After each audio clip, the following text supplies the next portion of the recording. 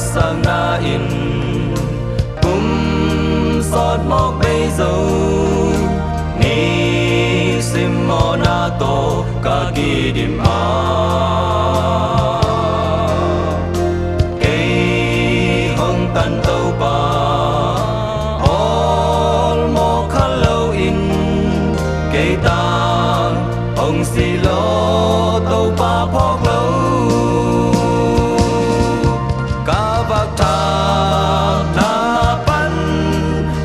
cha in ca pa liam ma pi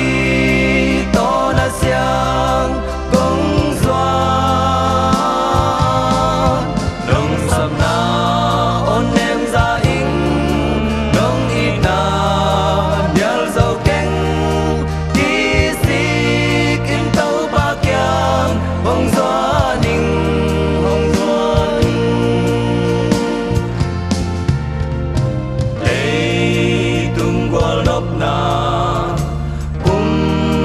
sót mọc bây giờ chỉ mò bây đông in hồ điên này lâu nông ít na nhal in công tai săn hang in cắt ta